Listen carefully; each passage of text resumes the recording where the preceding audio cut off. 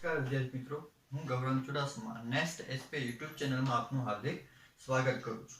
આજે આપણે ધોરણ 8 માં વિજ્ઞાનમાં ચેપ્ટર નંબર 4 પદાર્થો તરીકે ધાતુ અને અધાતુ વિશે અભ્યાસ કરવાનો છે. તો ચેપ્ટર નંબર 4 પદાર્થો તરીકે ધાતુ અને અધાતુ.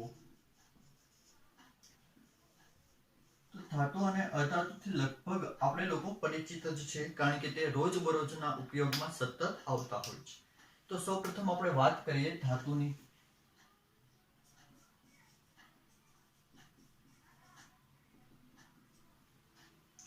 તો જે પદાર્થને અથડાવવાથી રણકાર ઉત્પન્ન થાય છે તેને ધાતુ પદાર્થો કહેવામાં આવે છે. તો આપણે અહીંયા લખીએ છીએ કે જે પદાર્થોને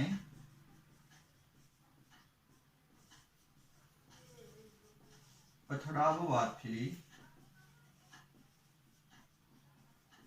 રણકાર ઉત્પન્ન થાય તે પદાર્થોને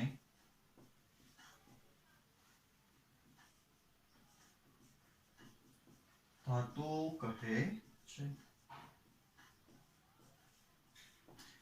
તેના ઉદાહરણની વાત કરીએ તો રોજબરોજના ઉપયોગમાં આવતા ધાતુના ઘણા બધા ઉદાહરણ છે. તેમાં લોખંડ, ચાંદી, સોનું, સ્ટીલ, પિત્તળ વગેરે તેના જાણીતા ઉદાહરણ છે. હવે વિદ્યાર્થી મિત્રો આપણે વાત કરીએ અધાતુની.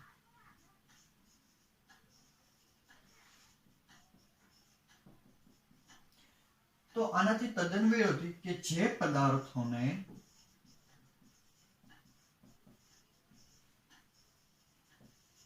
અથડાવવાથી રણકાર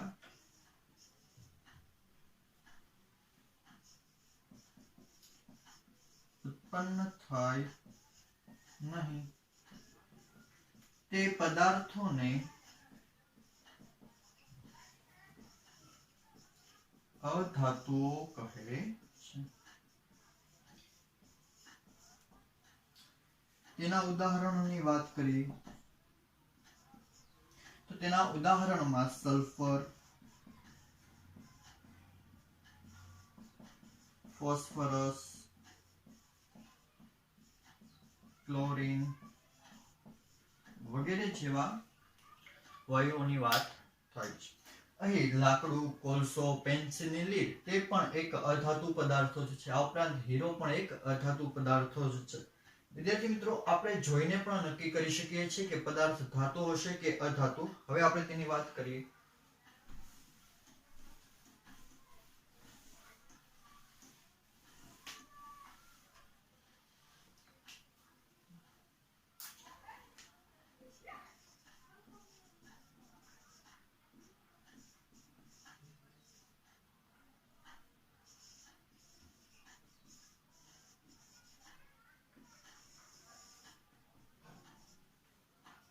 તો તેની માટે એક કોષ્ટક આપણે અહીંયા બનાવશું. તો સૌપ્રથમ આપણે અહીંયા લઈએ છીએ પદાર્થો. અહીં દર્શાવવાનું છે કે પદાર્થ ચમકદાર છે કે શાખા, અને અહીં દર્શાવવાનું છે પદાર્થ સખત છે કે નરમ અથવા તો સખત નથી. તો સૌપ્રથમ વાત કરીએ પેલા પદાર્થ તરીકે આપણે લોખંડની.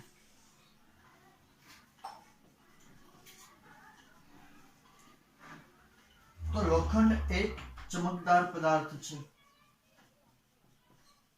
કારણ કે લોખંડ ધાતુ છે. ચમકદાર પદાર્થ હશે તે હંમેશા સખત હશે, કારણ કે ધાતુઓ સખત પદાર્થો છે. તેની પછી વાત કરીએ કોલસો. તો કોલસો એક ઝાંખો પદાર્થ છે, કારણ કે કોલસો અધાતુ છે. અધાતુ પદાર્થો સખત હોતા નથી. તે પછી આપણે લઈએ છીએ સલ્ફર. તો સલ્ફર દેખાવે ઝાંખા છે, માટે આપણે કહી શકીએ કે સલ્ફર અધાતુ છે. અધાતુ પદાર્થો સખત હોતા તે પછી વાત કરીએ એલ્યુમિનિયમ. એલ્યુમિનિયમ ચમકદાર પદાર્થ છે માટે તે સખત છે. તો વિદ્યાર્થી મિત્રો આવી રીતે તમે પદાર્થને જોઈ, જો પદાર્થ ચમકદાર હોય તો તે પદાર્થને ધાતુ અને જો પદાર્થ ઝાંખા હોય તો તેને તમે અધાતુમાં વર્ગીકરણ કરી શકો છો. તો આ હતું પદાર્થોની ઓળખ. હવે તે પછી આપણે વાત કરીએ ધાતુ અને અધાતુના ભૌતિક ગુણધર્મોની.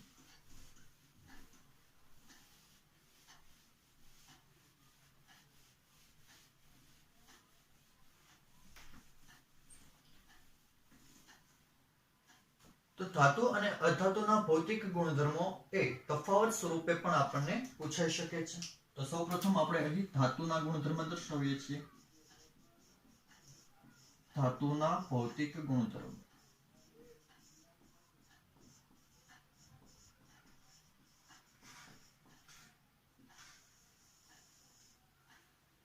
તો ધાતુના ભૌતિક ગુણધર્મોમાં વિદ્યાર્થી મિત્રો પહેલું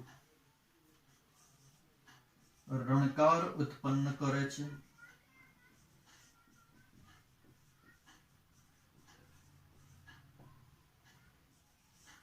કે જ્યારે કોઈ પદાર્થને અથડાવવામાં આવે છે ત્યારે તે જો ધાતુ પદાર્થ હશે તો તે રણકાર ઉત્પન્ન કરશે. બીજું જોઈએ છે આપણે ટીપવાથી ચપટું બને છે.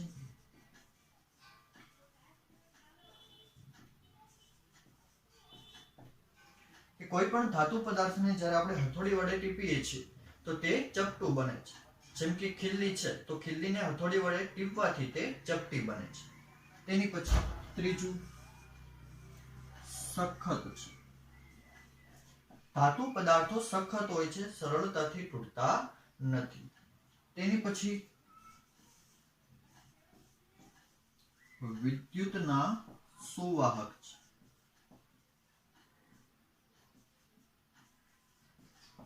ધાતુ પદાર્થો વિદ્યુતના સુવાહક છે માટે ધાતુ પદાર્થોનો ઉપયોગ ઇલેક્ટ્રિક કેબલમાં વાહક તાર બનાવવા માટે થાય છે. તેની પછી વાત કરીએ ઉષ્માના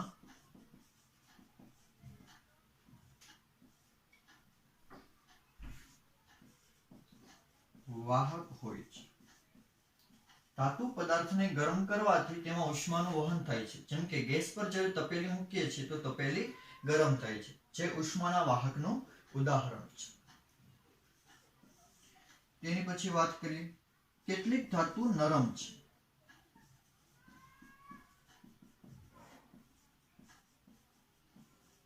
જે અપવાદ છે, ઉદાહરણ તરીકે સોડિયમ અને મેગ્નેશિયમ. કે સોડિયમ અને મેગ્નેશિયમ એ નરમ ધાતુ છે અપવાદ તરીકે. તેને ચપ્પા વડે કાપી પણ શકાય છે. તે બંને ધાતુ એટલી બધી નરમ હોવાથી તેને ચપ્પા વડે કાપી શકાય છે.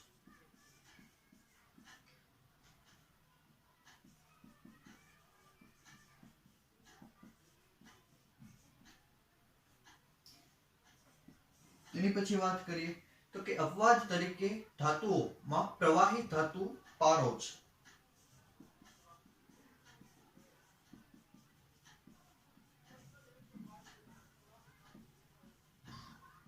કારણ કે ધાતુઓ છે એ ઘન પદાર્થો છે, પરંતુ પારો એક એવી ધાતુ છે કે જે પ્રવાહી સ્વરૂપે આપણને મળે છે, જે એક અપવાદ છે. આ હતા આપણા ધાતુના ભૌતિક ગુણધર્મો. તે પછી હવે જોઈએ છે અધાતુના ભૌતિક ગુણધર્મો.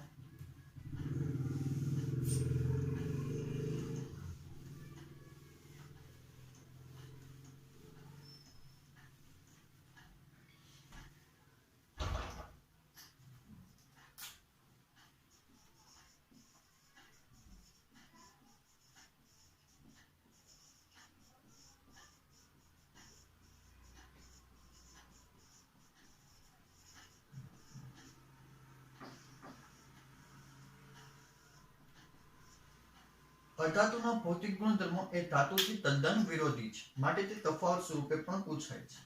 તેમાં આપણે પહેલું દર્શાવીએ છીએ तो रणकार उत्पन्न करता नहीं।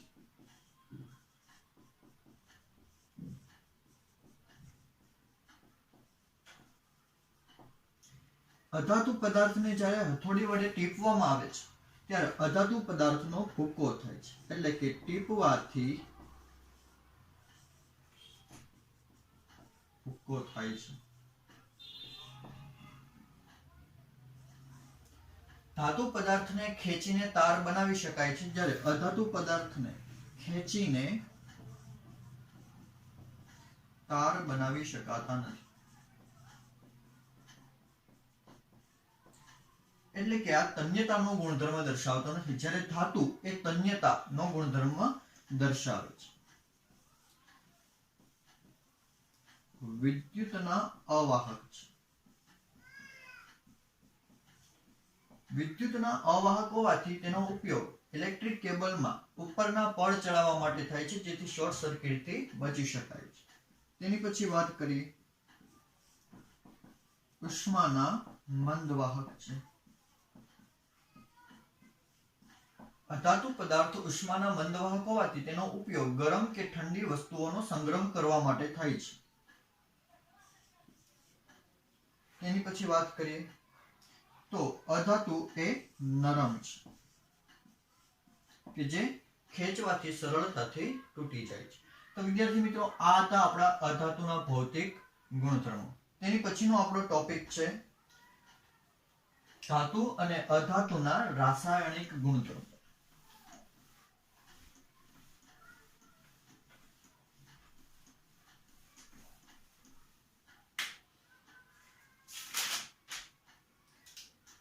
તો સૌપ્રથમ વાત કરીએ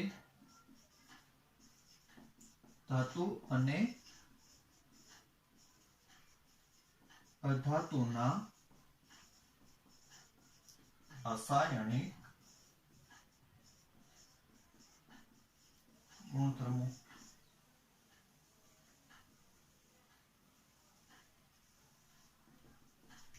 તો અધાતુ અને ધાતુના રાસાયણિક ગુણધર્મોમાં ધાતુ અને અધાતુની ઓક્સિજન સાથેની પ્રક્રિયા, પાણી સાથેની પ્રક્રિયા, એસિડ સાથેની પ્રક્રિયા અને બેઝ સાથેની પ્રક્રિયાનો સમાવેશ થાય છે। તો આપણે સૌપ્રથમ જોઈએ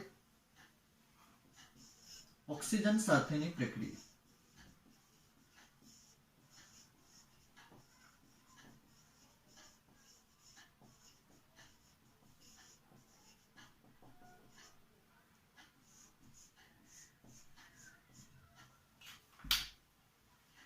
તો ધાતુઓ ઓક્સિજન સાથે પ્રક્રિયા કરી ધાતુના ઓક્સાઇડ બનાવે છે।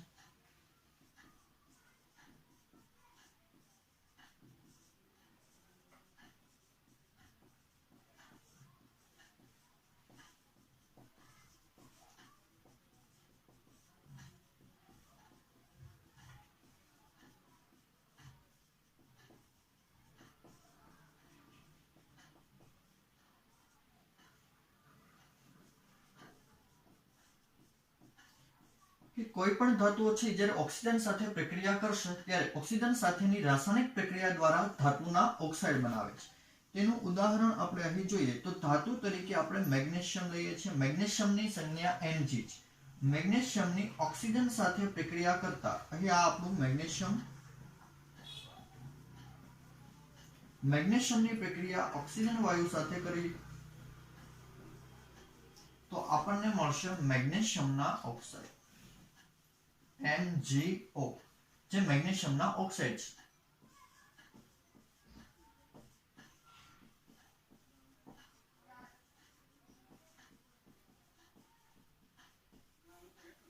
અહીં પ્રક્રિયા સંતુલિત કરવી પડશે, કારણ કે ઓક્સિજન અહીં 2 છે જ્યારે અહીં 1 છે। તો ઓક્સિજન 2 કરવા માટે આગળ 2 મૂકીશું। અહીં તમે જોઈ શકો કે મેગ્નેશિયમ પણ 2 થઈ જાય છે, પણ અહીં મેગ્નેશિયમ 1 હોવાથી તેની આગળ 2 મૂકતા પ્રક્રિયા સંતુલિત થાય છે। તો અહીં મળેલ મેગ્નેશિયમ ઓક્સાઇડની વાત કરીએ તો મેગ્નેશિયમ ઓક્સાઇડ એટલે કે ધાતુના ઓક્સાઇડની લિટમસ કસોટી કરતા ધાતુના ઓક્સાઇડની લિટમસ કસોટી કરતા તે લાલ લિટમસને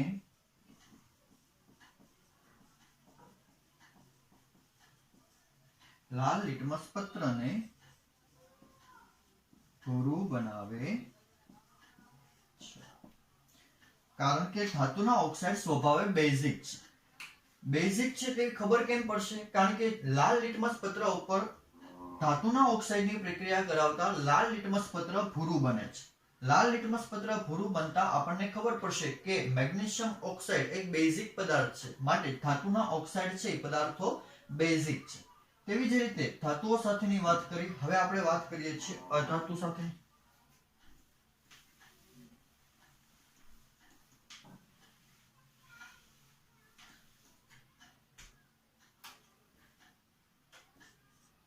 તો અધાતુ ઓક્સિજન સાથે પ્રક્રિયા કરી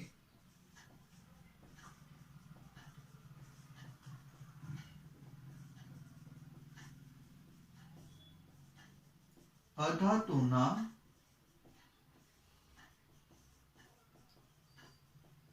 ઓક્સાઇડ બનાવે છે। તેનું ઉદાહરણ આપણે જોઈએ। આપણે એક ધાતુ લઈએ છીએ સલ્ફર। સલ્ફરને કેપિટલ S વડે દર્શાવાય છે। સલ્ફરની પ્રક્રિયા ઓક્સિજન સાથે કરીએ છીએ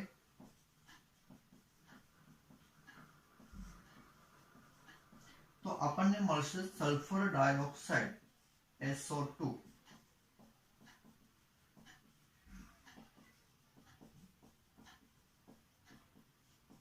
કે જે અધાતુના ઓક્સાઇડ છે। અહીં સલ્ફર 1 તો અહીં પણ 1, ઓક્સિજન 2 તો અહીં પણ 2, જેથી પ્રક્રિયા સંતુલિત છે। હવે અધાતુના ઓક્સાઇડ છે, અધાતુના ઓક્સાઇડની પાણી સાથે ફરી પ્રક્રિયા કરવામાં આવે છે, એટલે કે સલ્ફર ડાયોક્સાઇડ ની પ્રક્રિયા પાણી એટલે કે H2O સાથે કરતા આપણને એસિડ મળશે। એસિડ તરીકે સલ્ફ્યુરસ એસિડ H2SO3। SO2 H2O જોડાઈને બનાવે છે એસિડ। એસિડનું સૂત્ર છે H2SO3, જેનું નામ છે સલ્ફ્યુરસ એસિડ। અહીં વિદ્યાર્થી મિત્રો જોઈ શકો છો કે અધાતુના ઓક્સાઇડમાંથી એસિડનું નિર્માણ થાય છે, માટે તેની લિટમસ કસોટી જોતા અધાતુના ઓક્સાઇડની લિટમસ કસોટી કરતા તે ભૂરા લિટમસ પત્રને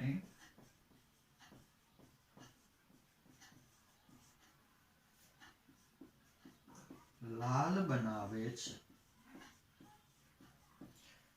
તો અહીં આપણે જોઈ શકીએ છીએ કે અધાતુના ઓક્સાઇડ એસિડિક સ્વભાવ દર્શાવે છે। એસિડિક સ્વભાવ દર્શાવતા હોવાથી તે ભૂરા લિટમસ પત્રને લાલ બનાવે છે। તો આ હતા આપણા ધાતુ અને અધાતુના ઓક્સિજન સાથેની પ્રક્રિયાઓ।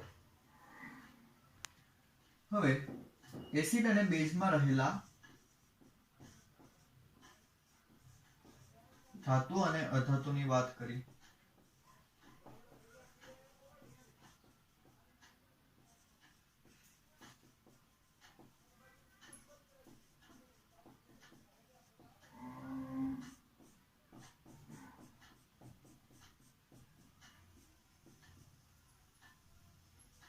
તો વિદ્યાર્થી મિત્રો એસિડમાં હંમેશા અધાતુ રહેલા હોય છે, કારણ કે એસિડ અધાતુમાંથી બને છે। બેઝમાં ધાતુઓ રહેલા હોય છે, કારણ કે તેમાંથી ધાતુમાંથી બેઝ બનશે। તો સૌપ્રથમ આપણે વાત કરીએ એસિડ। તો એસિડનું નામ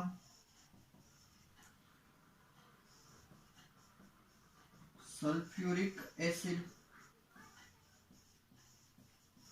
સલ્ફ્યુરિક એસિડમાં રહેલો અધાતુ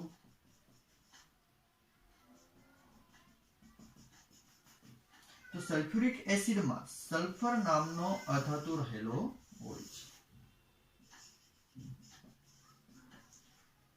તે પછી વાત કરીએ નાઇટ્રિક એસિડ।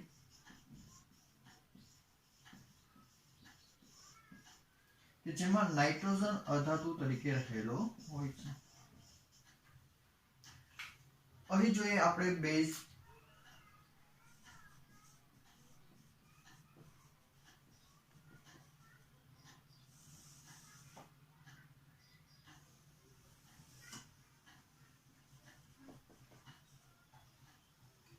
તો બેઝ તરીકે લઈએ છીએ સોડિયમ હાઇડ્રોક્સાઇડ.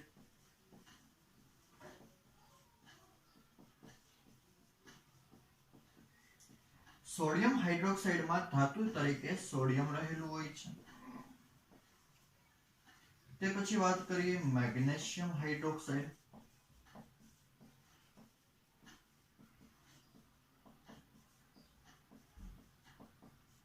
મેગ્નેશિયમ હાઇડ્રોક્સાઇડમાં ધાતુ તરીકે મેગ્નેશિયમ રહેલું હોય છે. આવા અન્ય ઉદાહરણ તમે જાતે પણ લખી શકો છો, જે તમારી ટેક્સ્ટ બુકમાં પણ આપેલું છે. હવે આપણે પાણી સાથેની પ્રક્રિયા જોઈએ.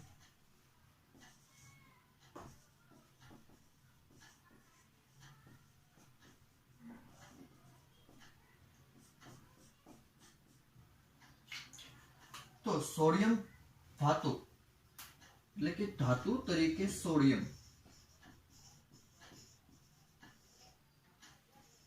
એ પાણી સાથે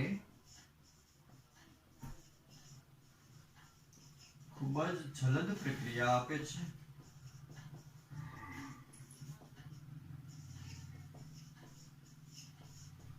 જ્યારે અધાતુની પાણી સાથે પ્રક્રિયા થતી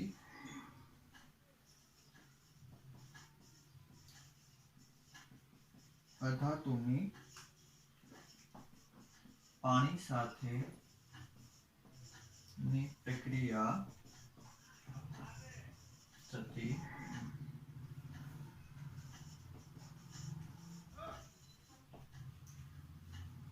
કે સોડિયમ એ પાણી સાથે ખૂબ જ ઝડપ પ્રક્રિયા આપે છે. પ્રક્રિયા ઝડપી બને છે. જ્યારે અધાતુઓ પાણી સાથે પ્રક્રિયા આપતા નથી, કારણ કે અધાતુઓમાંથી એસિડનું નિર્માણ થાય છે માટે. તે પછી હવે આપણે જોઈએ બીજું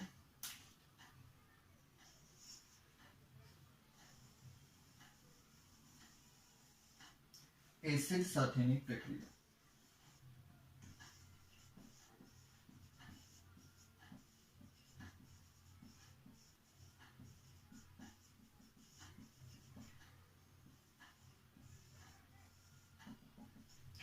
તો વિદ્યાર્થી મિત્રો, અધાતુઓ એસિડ સાથે કોઈ પ્રક્રિયા આપશે નહીં, કારણ કે અધાતુમાંથી એસિડનું નિર્માણ થાય છે. તો અધાતુઓ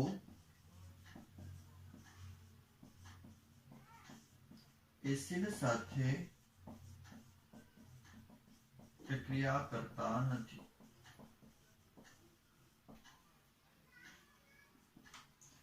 જ્યારે એસિડ ધાતુ સાથે પ્રક્રિયા કરી એક પરપોટા સ્વરૂપે વિસ્ફોટ થતો હોય તેવા સ્વરૂપે હાઇડ્રોજન વાયુ ઉત્પન્ન કરે છે. કે ધાતુ એસિડ સાથે પ્રક્રિયા કરી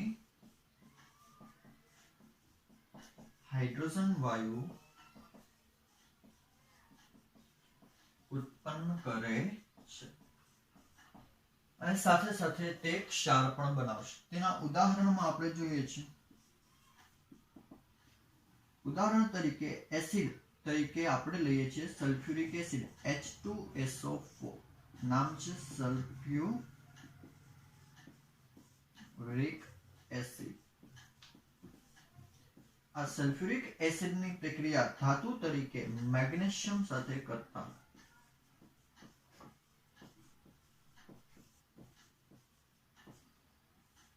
આપણને ધાતુના ક્ષાર એટલે કે MgSO4 કે અહીંથી Mg અને SO4 જોડાય મેગ્નેશિયમ સલ્ફેટ બનાવશે.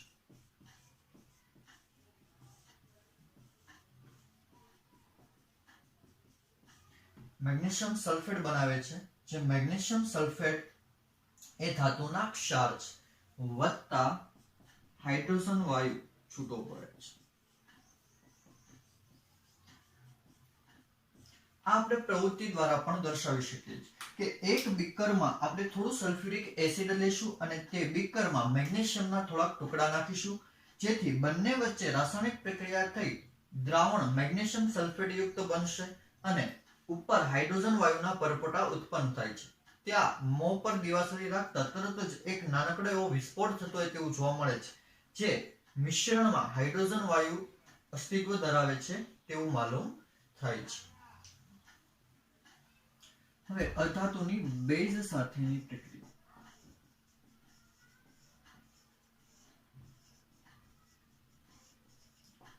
જે આપણો છેલ્લો રાસાયણિક ગુણધર્મ છે.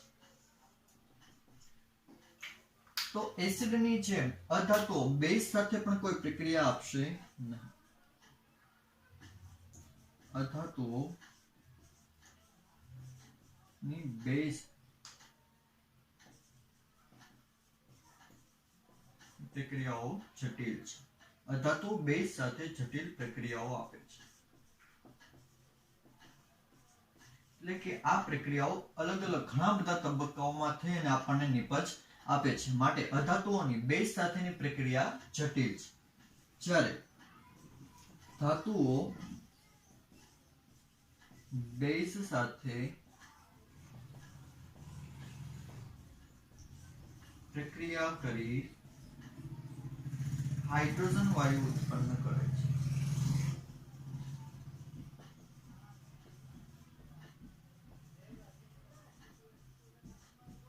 જે આપણે પ્રવૃત્તિ દ્વારા પણ સમજી શકીએ છીએ કે એક બીકરમાં થોડું બેઝ લેશું, તે બેઝમાં કોઈ પણ ધાતુના થોડા ટુકડા નાખીશું, જેથી બંને વચ્ચે રાસાયણિક પ્રક્રિયા થઈ હાઇડ્રોજન વાયુ ઉત્પન્ન થાય છે, જે આપણને એક વિસ્ફોટ સ્વરૂપે મળશે. તેના ઉદાહરણમાં જોઈએ તો કોઈ પણ ધાતુની સોડિયમ હાઇડ્રોક્સાઇડ સાથે પ્રક્રિયા કરતા ધાતુની સોડિયમ હાઇડ્રોક્સાઇડ સાથે પ્રક્રિયા કરતા તે હાઇડ્રોજન વાયુ ઉત્પન્ન કરશે.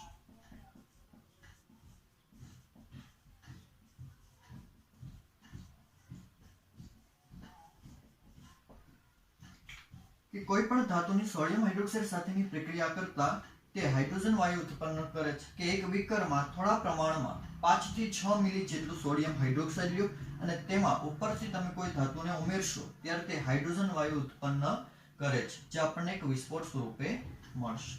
તો આ હતા આપણા ધાતુ અને અધાતુના રાસાયણિક ગુણધર્મો.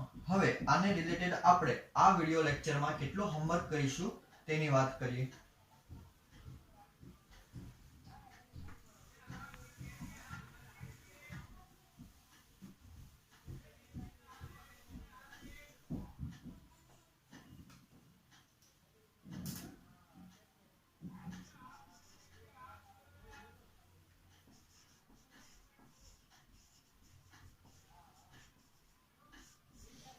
તો પહેલો પ્રશ્ન, ધાતુના ભૌતિક ગુણધર્મો.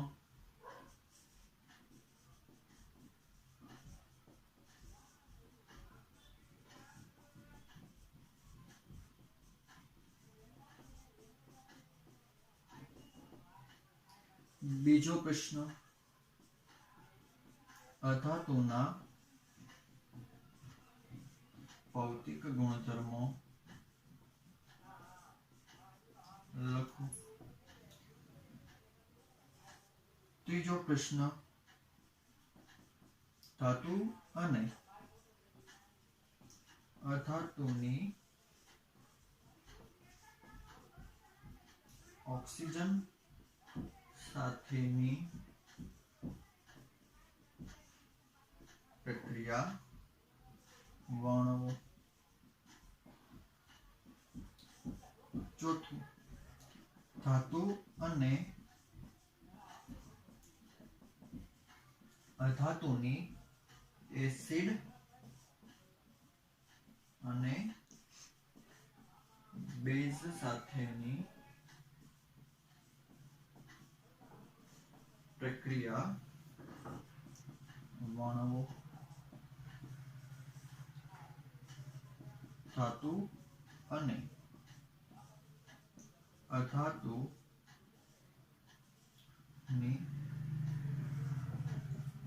પાણી સાથેની પ્રક્રિયા.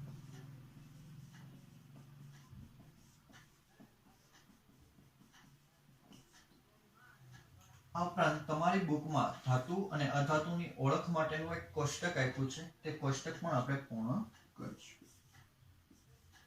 ધાતુ અને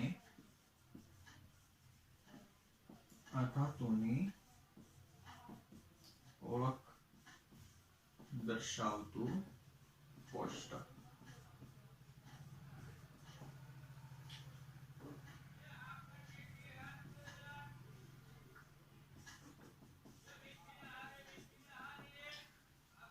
તો આ આપણું હતું આ વિડિયો લેક્ચરનો હોમવર્ક. હવે તે પછી નેક્સ્ટ ટોપિક વિસ્થાપન પ્રક્રિયા અને ધાતુ અને અધાતુના ઉપયોગો આપણે નેક્સ્ટ વિડિયો લેક્ચરમાં જોશું. આભાર.